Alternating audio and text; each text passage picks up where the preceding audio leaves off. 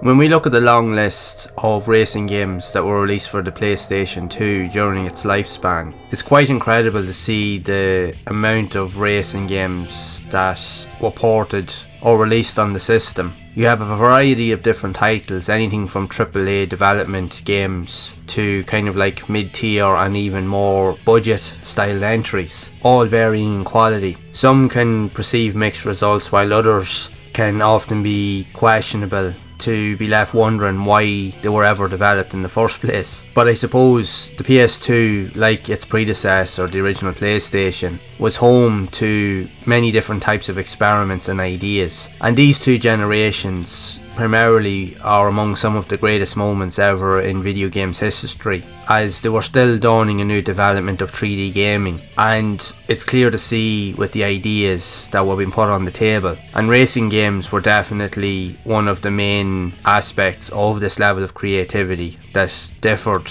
in terms of its quality over the years. And while the PS2 has literally hundreds of racing games that were developed and released on the system, many of them would often go unnoticed or unheard of, but at the same time would amass quite a unique and cult following, as many of these games do offer some unique attributes and features that cater to specific types of gamers and racing enthusiasts. And one such series would be the Tokyo Extreme Racer franchise. And Tokyo Extreme Racer, with the first game in the series originally seeing life on the Sega Dreamcast, with later sequels and spin-offs then later added to the PS2. And some of the more popular ones would be with the Tokyo Extreme Racer Drift series, as these took many elements that were seen in the standard racing games but focused more on drift racing, primarily with the rise in popularity of drifting events and sports, and even with movies with the likes of the Fast and the Furious Tokyo Drift being released in the mid-2000s, which is also around the time these games started to show up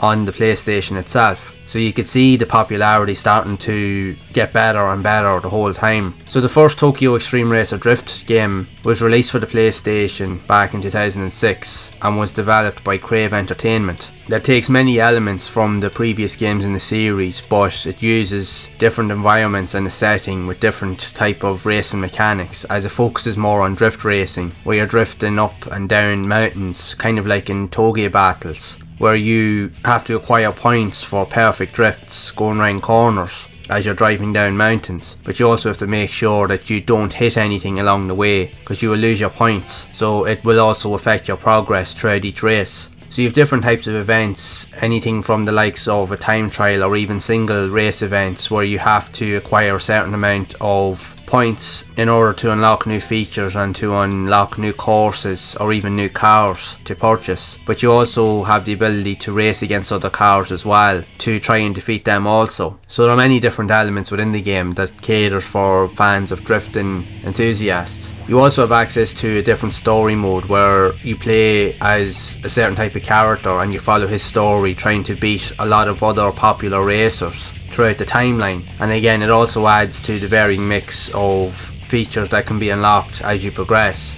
Upon release, the game did receive mixed reviews, but that didn't take away from how fans felt about the game, as there are plenty of features and it does have access to a ton of different types of cars, anything from the likes of your typical Japanese or JDM classics, even to more European editions with the likes of Alfa Romeo, Audi, and even other franchises. So there's a lot here to cater for fans of different car brands also.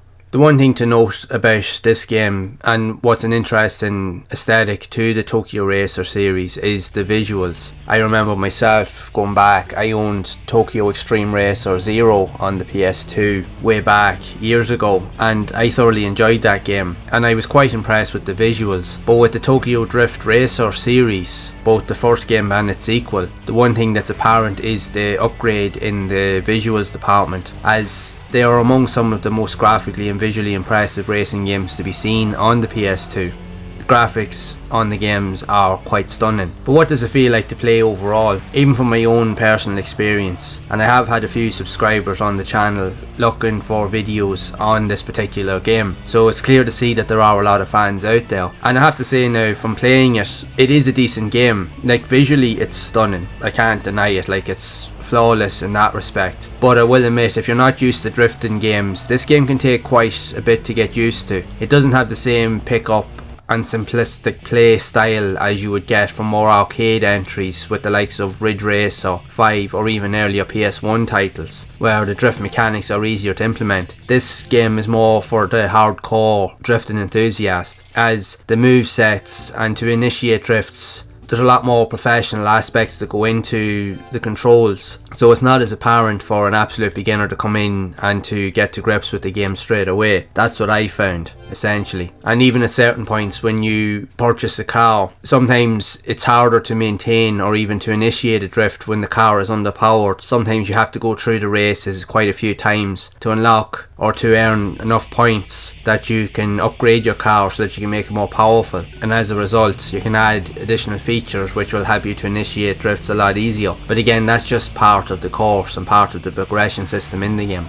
If I were to have any negative aspects about the game, it's just the fact is that, like I said, it's just for a beginner coming in, they will probably struggle with this. It is one of those games I think that you would need to put a bit more time into, but I did find that the more I put into it, it did gradually start to get easier and it became a lot more enjoyable. But the one major gripe that I personally had with the game is that there are a lot of loading screens. You'll find that events are over very fast, and that you're constantly loading through different screens all the time, from going from one menu to the next and even to go to the races. So you'll find yourself more often than not looking at loading screens more than you will actually be playing the game. But again, it's not perfect, it is what it is. But aside from those aspects, when you do get into it and you put a bit of time and you can get used to the controls, you will have without a doubt one of the finest experiences visually on the PS2. Like, the graphics are truly breathtaking, and sometimes it's hard to believe that this was actually a PS2 game. So it is worthwhile checking out just for that experience alone. If you can put up with the loading screens, that is, but you definitely will have a fairly decent experience.